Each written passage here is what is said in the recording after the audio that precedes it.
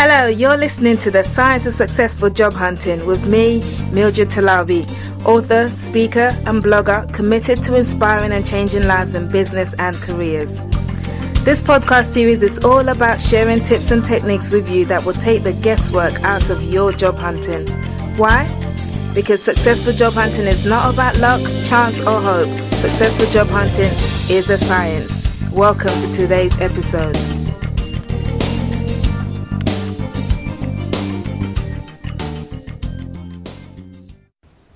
Hello and welcome to today's episode of The Science of Successful Job Hunting.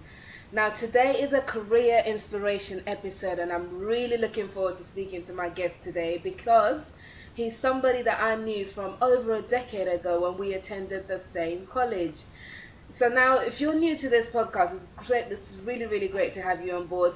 The career inspiration segment of the show is where I interview mid to senior level professionals doing amazing, unique, exciting or unusual things in their work lives to find out their story and to draw lessons on how we can replicate it in our own work lives.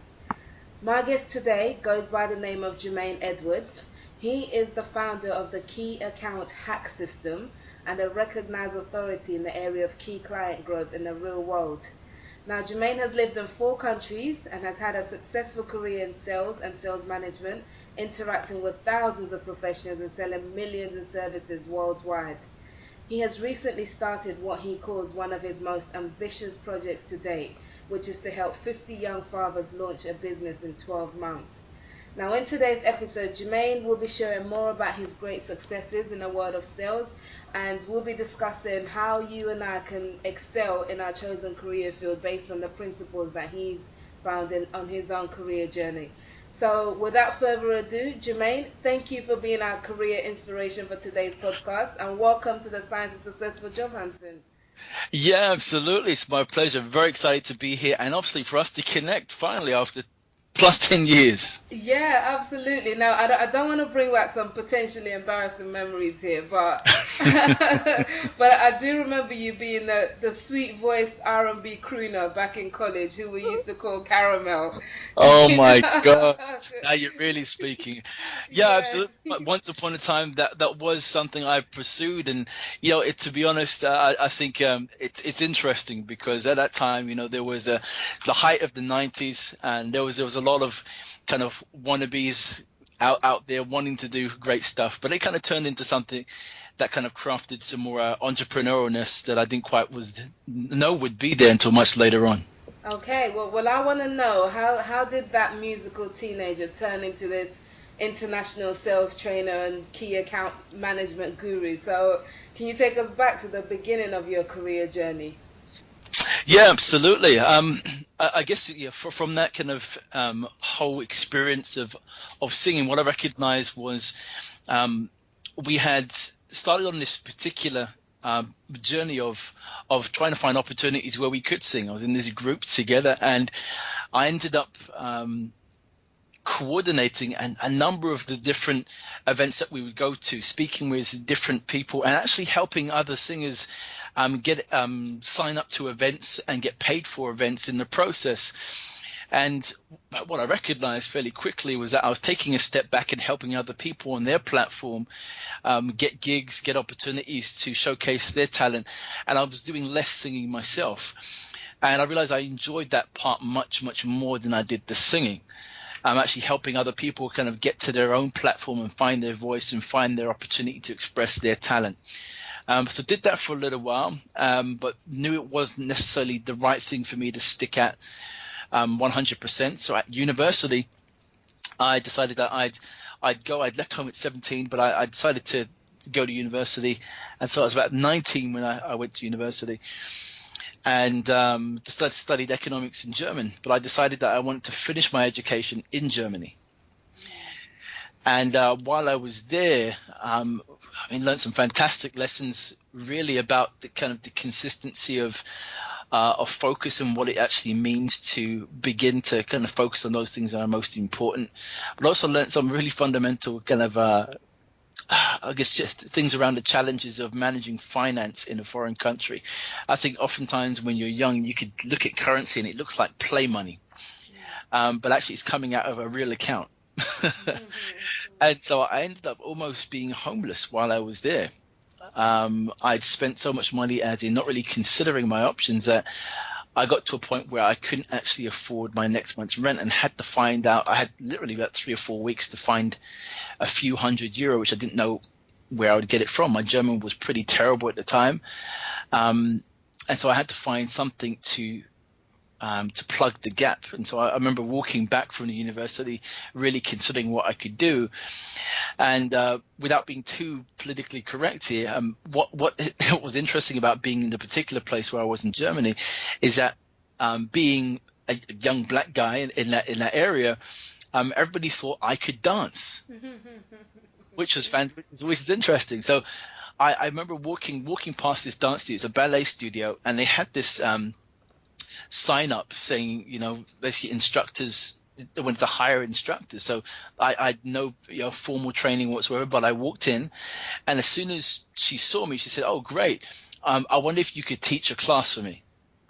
I was like, "Oh, teach a class?" I was like, "Well, I'm not too sure." And we're obviously conversing in German. And I said, "Well, what I'd like to do is if I'm going to take the class, actually choose what particular type of dance that I'm doing. And I'd like to do hip hop." And they said, "Absolutely." So, Wait, hold on. Could you dance? you know what, I can do a little two-step, one to the side. I could dance to save my life. So what I ended up doing was actually going straight to this big, super shopping store, kind of similar to Harrods, called Karstadt, and buying probably 10 to 15 DVDs of dance videos and dance shows. And I just learnt the choreography within 24 hours. Wow. And then the next day showed up, she did the marketing inside the university, and ends up on my first evening having close to 30 students turn up, paying €20 a head. Wow. And from there I thought, well, I think I could do something with this. And I ended up sticking with that for close to almost a year. I actually got brought into the business, and I was co-owners with the ballet teachers that were there, and began to kind of market events through the dance studio. And that kind of paid my way. I made quite a bit of money, actually, considering being a student and being there and speaking very little German to begin with. So I wanted to going back and just figuring out and recognizing that the same type of aptitude, the same type of skill of discovering opportunity, speaking with people, understanding what needs they had, and finding the commonalities of interest that other people would look for and things they would pay for, were common principles that people used in business. I had no idea this was the case. And so I ended up going to the US and working with my wife, who is working as a consultant, as an autistic therapist, and she was very, very successful doing that. We had our first son and moved back to the UK a few years after that. And it was there I wanted to really figure out more about sales, about how you use words, how you begin to take particular benefits, and how you present those to people that need those things, and convince them to buy them off you. I was really interested in that area. So I ended up working one of my first roles, being headhunted to a company called Haymarket Publishing Company, and working on their first digital campaign, recruitment pages and advertising online for the print and packaging industry. And that was a really good experience, particularly because the print and packaging industry, it was ironic because I was trying to sell the print and packaging industry to take their stuff online. Wow. So you can imagine how much of a hard sell that was, with guys who'd been in the industry for 40 to 50 years. But I managed to convince a few people and make some commission. But I recognized that I was still hitting these personal growth blocks. My charm, my wits, my knowledge of what I developed just through osmosis of watching other people and experiencing it myself just wasn't enough. So I decided to stretch myself a little bit more, go into a different industry, in events management. Okay, I'm going to pause you there for a second, because I think I want to see the clear picture of where I see you dancing. And you've, so you've done the dancing, and that's in German, and that's going pretty well, and then you buy into the business. So Yes. at this time, when did you graduate? Because at the same time you're studying, right? I am studying all at the same time. And Okay. yes, I'm studying at the same time. I did my dissertation in German, 10,000 words. Hmm. That was probably the most difficult academic activity I've ever done in my life. I don't know why I chose it, but I decided to do it anyway. Yeah, what made you choose the subjects that you chose? Did you have a plan to go into kind of finance, politics, economics? Was that your original intention? So my original intention, I wanted to understand money Mm. personally. I recognized that it was important. I'd gone through, periods in which, I didn't come from, a poor background. My parents did okay. I mean, they were hard workers. They worked, well worked hard, and they definitely gave me a real understanding that you have to work to eat. Hmm. However, I saw people around me who, despite working really, really hard, really struggled with money. And I was convinced that I didn't want to just walk into money blindly. So I said, why not I study economics? That might help me better understand this so that I don't fall into the similar traps Okay. Uh, around it. Okay, and then sorry, I know I'm taking you back. I just That's want a fine. clear Absolutely. picture. Yeah. And Yeah. then what at such a young age, what made you think that going to Germany to continue your studies was gonna be the thing that you needed to do? I mean, how did you make that decision just 19 years old? I think for me it was kind of I'm a kind of an all or nothing type of guy, and I've become much more measured having children recently. But it was kind of I said to myself, if I want to grow quickly, I need to put myself into a situation where growing not growing isn't an option. And not learning those skills isn't an option. It's very easy to become complacent in familiar environments, and I knew myself pretty well then, or to a large degree, that if I put myself into a really challenging situation, I'd learn much faster and I'd grow much more deeper in my own character and ability to survive, as it were. Mm. And so I took that step, really not knowing where I'd go next with it. But I have got so many different stories to tell just on that experience alone. Okay. Wow. Okay. All right. So I'm gonna bring it back to the present day, and I think I get the picture. And it's so you've been kind of you've been focused from really early, So after 10 years of working for other people within the sales environment, you then decided to branch out on your own and set up Key Account Hack, and that was August last year, wasn't it? Yeah, it was actually before that. I was actually running a side business. Before that, so I'd actually closed the side business, or I could sold it on, Hmm. while working for a global training company before then. So I'd kind of hit a crossroads. Really, I didn't actually know I'd start the company Hmm. until much. I was writing a book at the same time, a book that I'd simply just wanted to share based on conversations I'd had, hundreds of conversations really, around how people were overcoming some of the challenges of growing and looking after really important clients and customers across the varying different industries. And I was fascinated by how people were approaching those things, and I started to document some of my own experiences and other people's, and collating them into a series of books. So this is just this particular book I've just launched is one of actually 6 books that are in line. And this is the Key Accounts Hack book. And this is the Key Account Hat book, Okay. absolutely. So it's helping individuals to have more profitable customer conversations, really, and see more predictable sales that are actually agreed and aligned with, where they and their customer want to go in their business. And so in August last year, I didn't actually jump into the business immediately. I was still consulting for the training company I was working with. But what I did start to do was to work on my own craft and what the business would look like when I officially launched my first blog posts in December. And that made wave to a whole range of different conversations. I mean, just in 2 weeks' time, I'll be speaking to Stephen Covey's son, Stephen R. Covey, based on a particular event that I'm running later this year in November.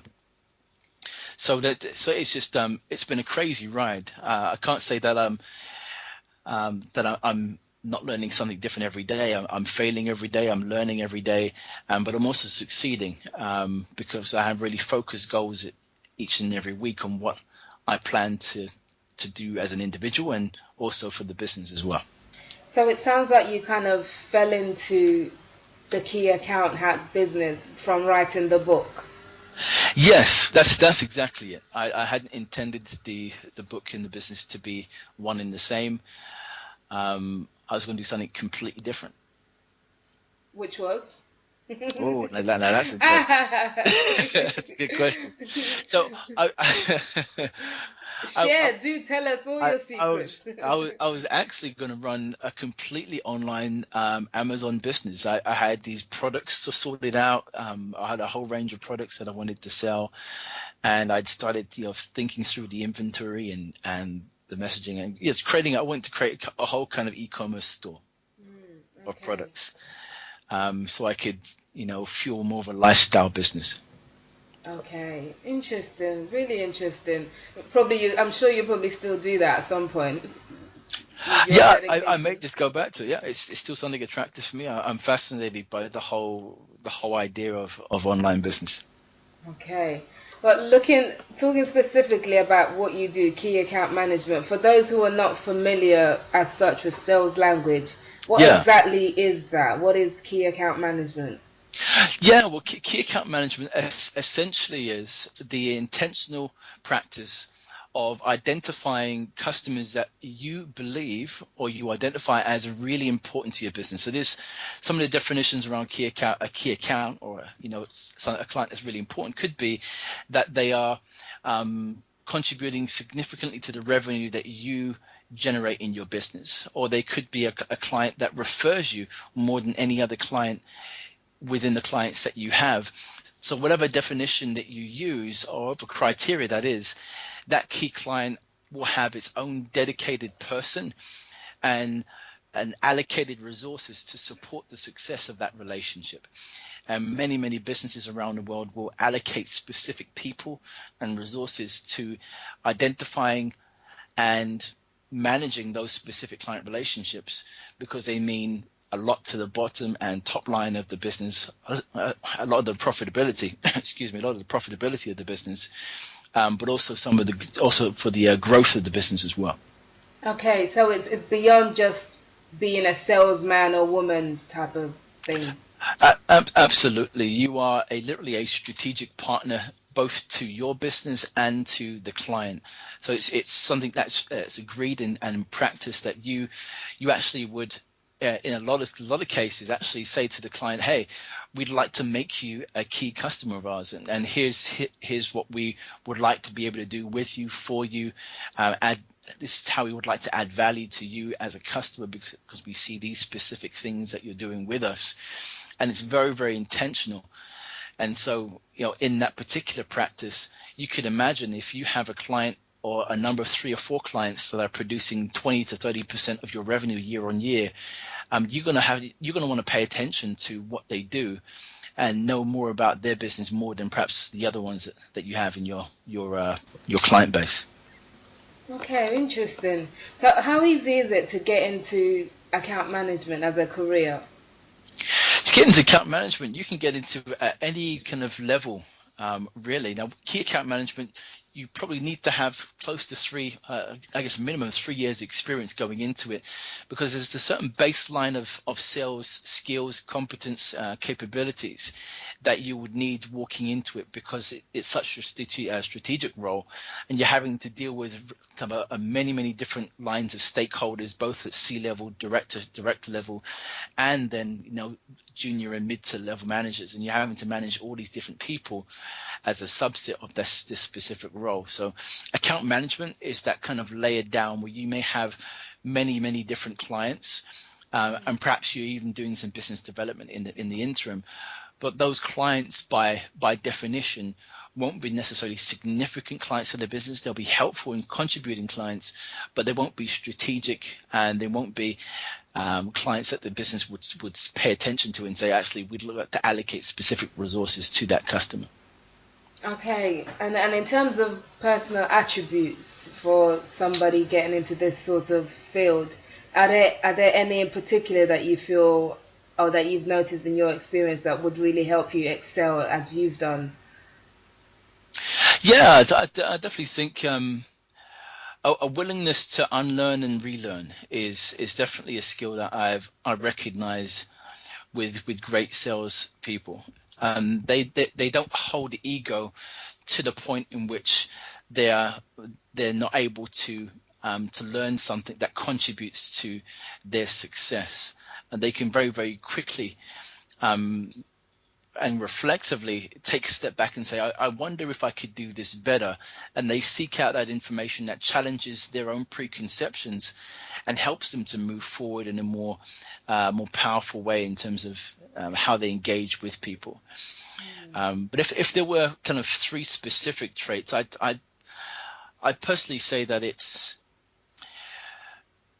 almost this. It's they need to be patient, persistent, and passionate, and have passionate practice. What I mean by that is they need to have the patience to wait for success, the persistence to pursue it despite inevitable challenges and setbacks, but also practice passionately, as in strive to be better at it, strive to kind of master that specific craft, so that in those moments where they are challenged, in those moments where they have to rise to the occasion, it's something they practiced already. They're not walking into it blindly.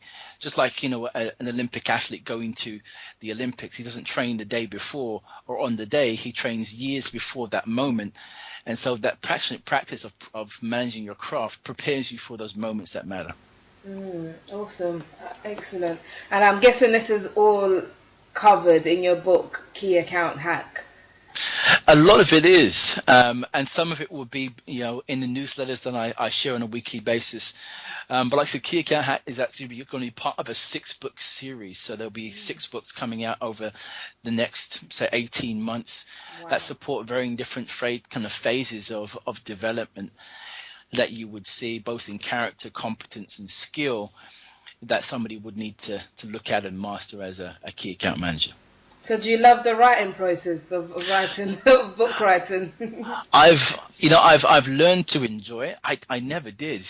Up until maybe even 5-6 years ago, I could really barely read a book a month. I could barely read a book a month. Now I can do 2 to 3 books a week. Wow. Just because I've developed that particular habit and skill, and I think by osmosis, I tend to journal now more than I ever did in my early career, and that's for me been fundamentally the reason why I've kind of upskilled so quickly. Just that persistence of reading a whole range of different materials that have challenged my own thinking, beliefs, values around those things that are important to me, both Christian books, as I'm a Christian myself, and management books, leadership books, things that challenge my productivity, all things like that would help me to better understand what it means to be and not just to do. Excellent. I'm going to come back to you on that shortly, but before that, I want to find out more about, because I know you're also working on another project, which is kind of is it like a social enterprise? So this is your Fatherpreneur network. That's correct. Yeah. So yes, it is a social enterprise. So it actually launches later on this year. I'm actually in the interview stages now, interviewing a number of different young fathers who could potentially be candidates for this group. But the big goal for this, and something I'm really, really excited about, is really kind of changing the whole dynamic of and social integrity of the communities that we're in. I think unfortunately we can't avoid the facts that there are many, many single mothers out there and young mothers as well, and there's this really complete disparity in regards to how families are supported and looked after. one thing I noticed a few years back, actually, while being with my own children and going to dad's groups and things like this, is that there were very few resources set up to support young fathers who actually wanted to do something, who wanted to try to be the best dad possible, but they're either young, they're either uneducated in some reasons, ostracized by their family, felt the social pressures and social anxieties of what it actually meant to be dads, and didn't have the support structure for it. And so I wanted to provide a platform where they got mentoring based on their own fatherhood, but in the process they were kind of finding a nurturing environment where they can find their true skill, find those skills that they were innate, things that they could develop that they were really good at, and then begin to serve their community in a more powerful way by actually launching their own business, and then becoming people who would hire people in their community, actually form businesses that would contribute to the community, and really then be able to support their families in a much more meaningful way. Awesome. And your goal is to help 50 young fathers. Is there a particular time scale to that? Is that over a course of a year or longer? Yeah. So the first group will be about 10. So basically let's just say by December 31st, 2018, we want to have 50 dads going through the system. Awesome.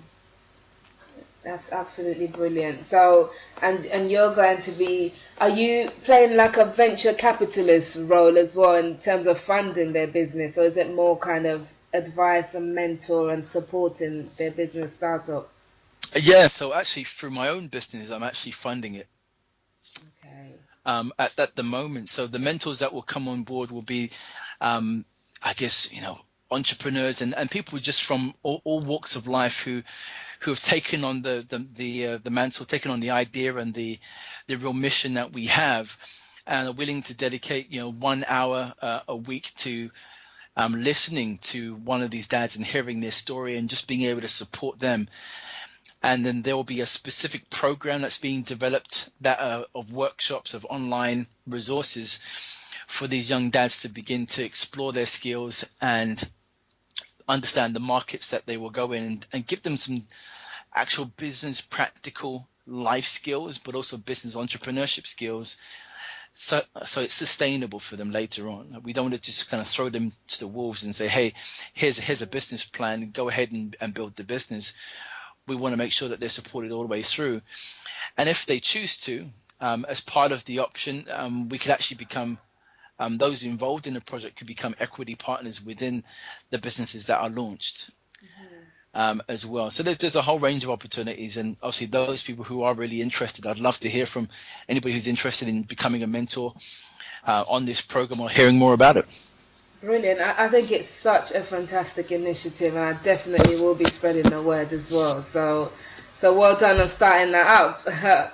but okay, so you're also a pretty prolific blogger on LinkedIn, because you post on an almost daily basis, and then you run your business and you do this Fatherpreneur project, and you're a husband and a father. You've got 4 kids. How do you do it all? This is a question normally women get asked, but I'm sorry, but you're doing a lot. How do you do it all and do them all so well? I thought it's having a really understanding wife. Yeah. Yes, that helps. Absolutely. Another thing that's really helped me is having allocated days. So so on a Monday is my creative day. I don't do anything else but write. I completely block out that day, and I know that I'm preparing for that day. And I can pretty much write close to 20 blog posts in a day just on a Monday. Just through that discipline. And so I know that Tuesdays and Wednesdays are usually my meetings, and I'm doing active selling. Thursdays I leave flexible, so if my kids need me or if my wife needs me on that day, I leave that open for them to dictate what I do. And then on Fridays it's usually kind of finance and kind of business strategy day for me. Excellent. And then weekends you let your hair Weekends, down. weekends, yeah, let the head down. So I have the kids all day Saturday and give my wife a break. On Sunday we're at church together, and yeah, kind of enjoying a nice meal in the afternoon. Brilliant. I love that. So the key is having an order to your life. Yeah, absolutely. I mean, I believe that structure gives you freedom, Hmm. and for me, it's helped. I mean, if I didn't have it, I'd be all over the place. Really, I don't know where the business would be today if I didn't have those structures in place. So, yeah, having those disciplines of those things really help. Do I get it right all the time? No, but actually having it in place at least keeps me there more often. Awesome. Okay, coming up to the final question now. Before that, I want to know what three things would you say have contributed the most to your career success so far? Um, learning to ask for help really quickly Okay. is one of them. I really don't like not knowing something. But when I don't know something and I know I can't learn it in the way I would like, I go and find somebody who's really great at it, and I sit at their feet and I just become a student. Awesome. That's definitely one of the things for me. The second thing is really it's been persistent, but persistent patience. Like I said, that the whole idea of these things going hand in hand. Oftentimes you think of salespeople and you think patient, but Hmm. actually I think in a lot of ways sales professionals are some of the most patient individuals because in the roles that I had, sometimes you would have to have you'd have sales cycles of 12 to 18 months before a customer bought. And in that time, you're having regular monthly conversations. That takes a huge amount of patience and persistence and adding value for you to go through that particular phase of cycle, waiting for one person to buy. Mm.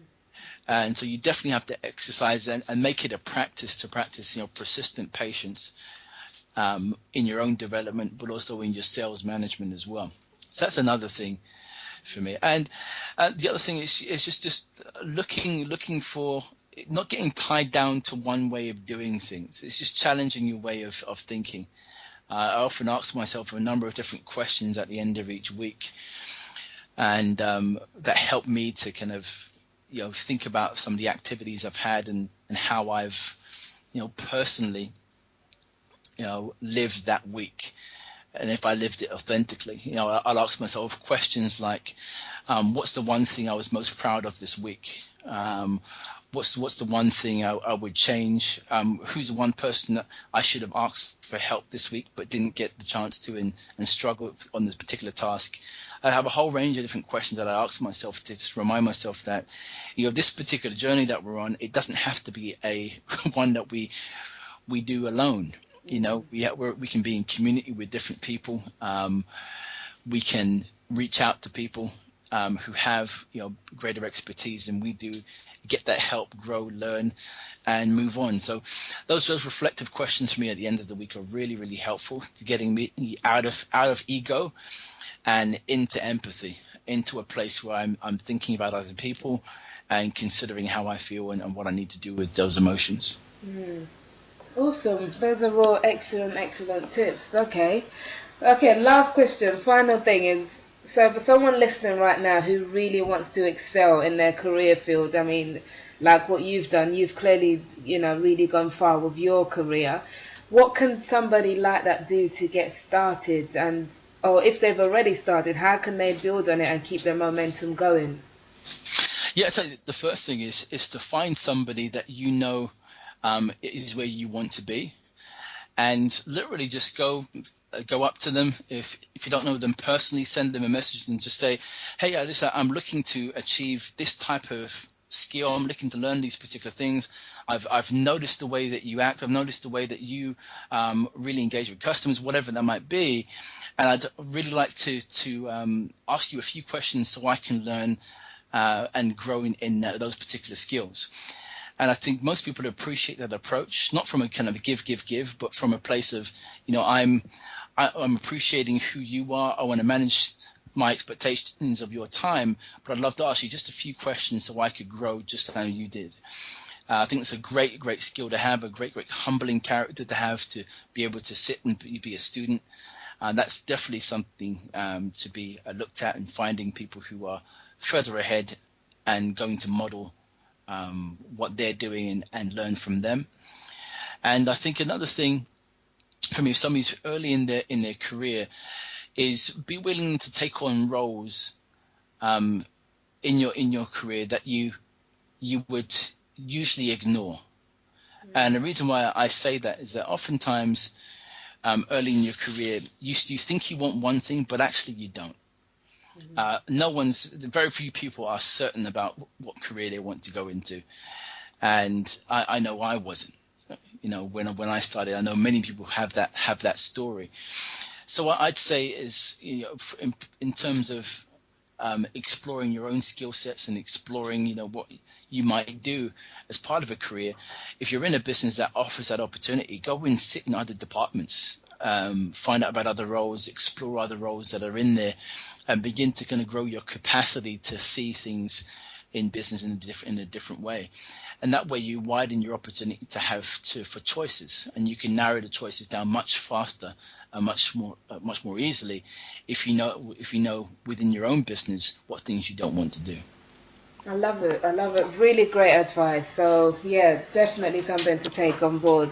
Jermaine, our time is up. It's been such a pleasure having you. I mean, you've shared so much great things, and it's really, really exciting for me personally as well to see how far you've come, since college and what you're doing with your life today. So thank you so much for coming on the show today with me.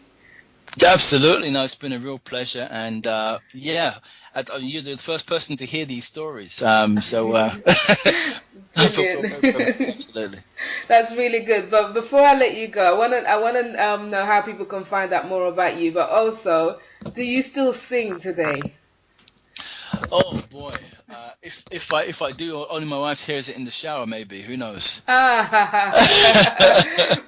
I was gonna make you do something for maybe next podcast. Yeah, next podcast, absolutely. I'll have some water next to me next time. Okay, brilliant. Well, how can people find out more about you and get a hold of your book, Key Account Hack, as well as everything else you have to offer?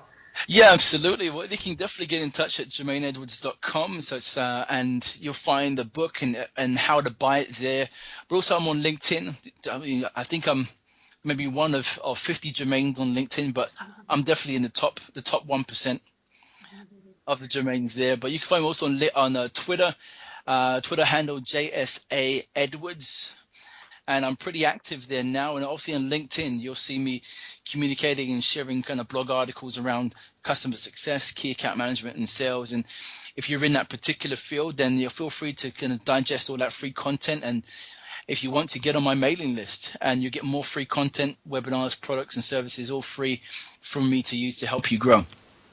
Okay, brilliant. Well, I'm going to put up all these details on the show notes. And as for the Fatherpreneurs Network, again, if somebody wants to get in touch with you, whether as a mentor or know someone they want to refer to the program, is it to go through the Jermaine Edwards website as well for that? Absolutely. No, just email me directly at jedwards@jermaineedwards.com and just kind of reference Father Mentoring, and I'll pick that up and we can schedule a call fairly quickly after that. Okay, excellent. Well, that's brilliant. Thank you so much, Jermaine. As I said, it's been awesome having you. So thank you for taking the time out to come on the show today. Absolutely. Thanks again. You're doing a great job, Mildred. Thank you. And thank you for listening on the other side. If you've enjoyed today's episode, please share the link with a friend, family member, or colleague who you think might benefit from it. Also, please head over to iTunes and subscribe to this podcast if you haven't already done so, to make sure you don't miss out on any one of our weekly episodes. And while you're there, please take the time to rate the show and leave a review so we can continue to help more people to get fulfilling work lives with this podcast. So thank you again, and until next time, remember, successful job hunting is not by luck, chance, or hope. Successful job hunting is a science. Take care. You've been listening to the Science of Successful Job Hunting podcast series with me, Mildred Talabi. Now, if you're a mid to senior level professional looking for a change in your job or career, get in touch with me at www.cvmakeoverexpert.com for help with your CV, LinkedIn profile, and much more. That's www.cvmakeoverexpert.com. Until next time, take care and happy job hunting.